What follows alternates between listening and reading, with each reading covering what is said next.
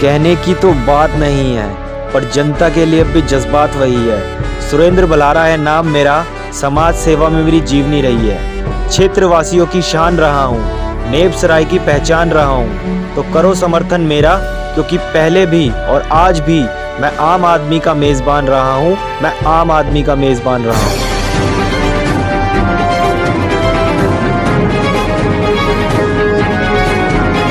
जय हिंद। आप सभी देशवासियों को हिंदुस्तान की तरफ से अनिल सिंह राजपूत का नमस्कार।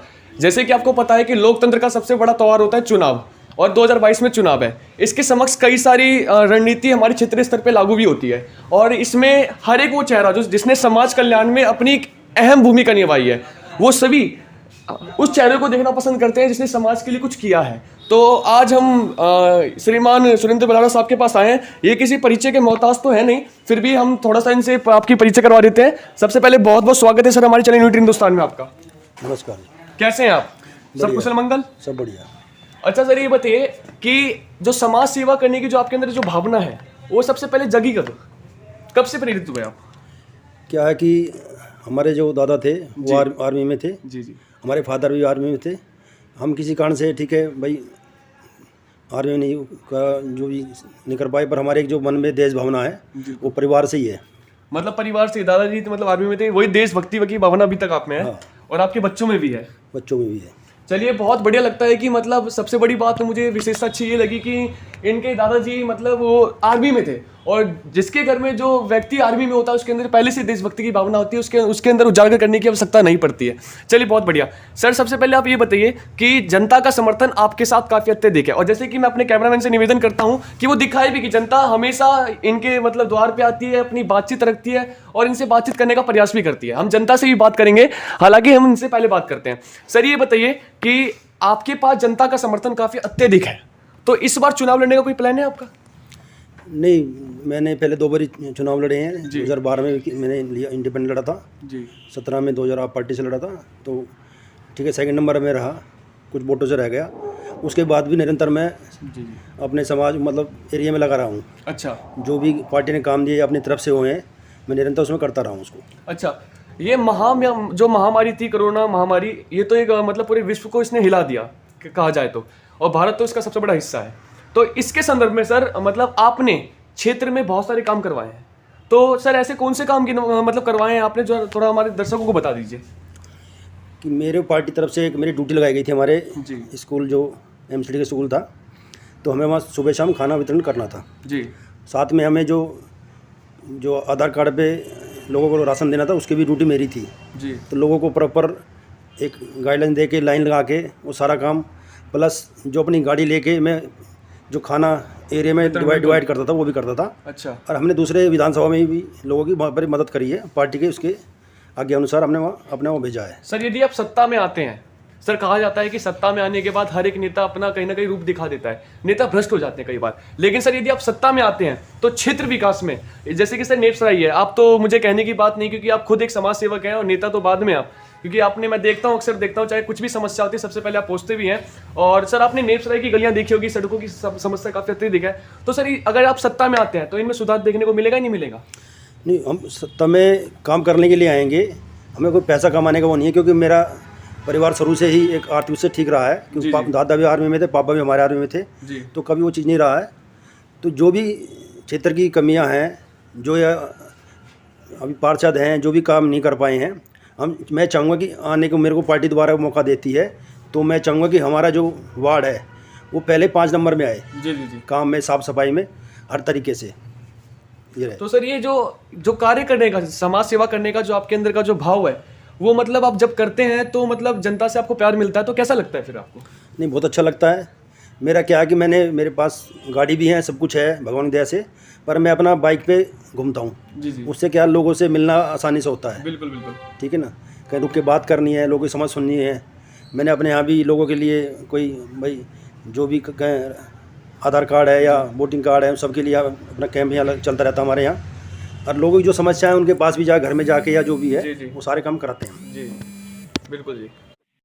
अच्छा सर ये बताइए कि सबसे बड़ा मतलब प्रश्न आपसे ये पूछता हूँ मैं कि यदि इस कोरोना जैसे महामारी में, जैसे कि सर तीसरा चरम चल रहा है अभी, अगर इस चरम में फिर से यदि कोई भयंकर समस्या आती है, लोग अगर फेस करते हैं, तो इसमें कोई आपका प्लान, फ्यूचर प्लान कुछ?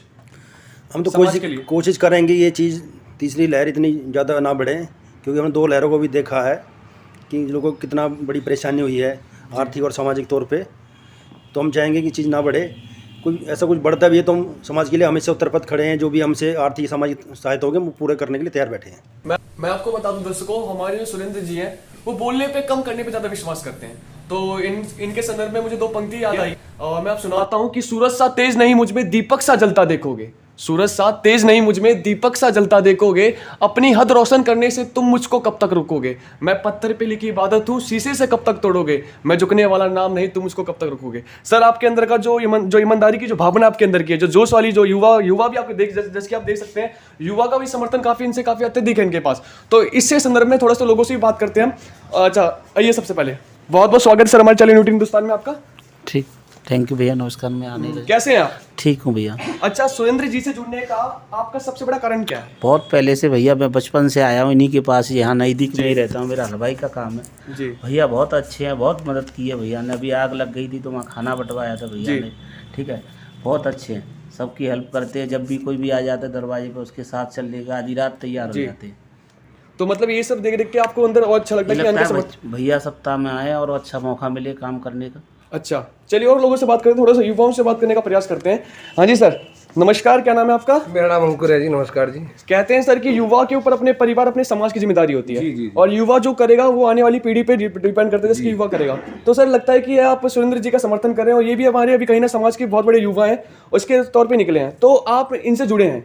वैसे तो आप किसी से भी जुड़ सकते थे, लेकिन आप इनसे ही जुड़े हैं, तो इसका सबसे बड़ा कारण क्या है? सबसे बड़ा कारण ये है जी, एक तो ये दिन में रात में कभी भी कोई काम होता है हमारा छोटा मोटा, किसी भी काम को मना नहीं करते। अच्छा। हमारे साथ हर जगह चलने को तैयार रहते हैं और फिर लोगों में छवि इनकी साफ ईमानदारी वाली छवि है। अच्छा। और हर चीज़ से प्रेरित हैं ये।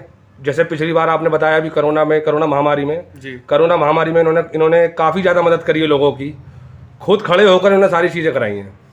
और दूसरा ये जिस पार्टी पर हैं जी, वो पार्टी केजरीवाल जी की है जी। और केजरीवाल जी हमारे दिल्ली के लिए बहुत अच्छा काम कर रहे हैं, बहुत सारे काम कर रहे हैं।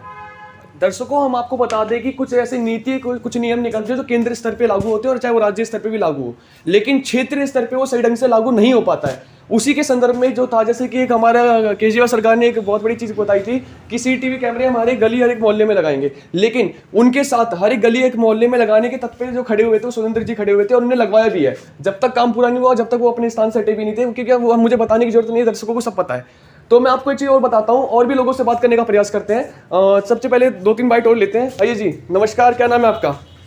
नमस्कार सर। कैसे हैं आप? बढ़िया। सब कुशल मंगल? हाँ जी।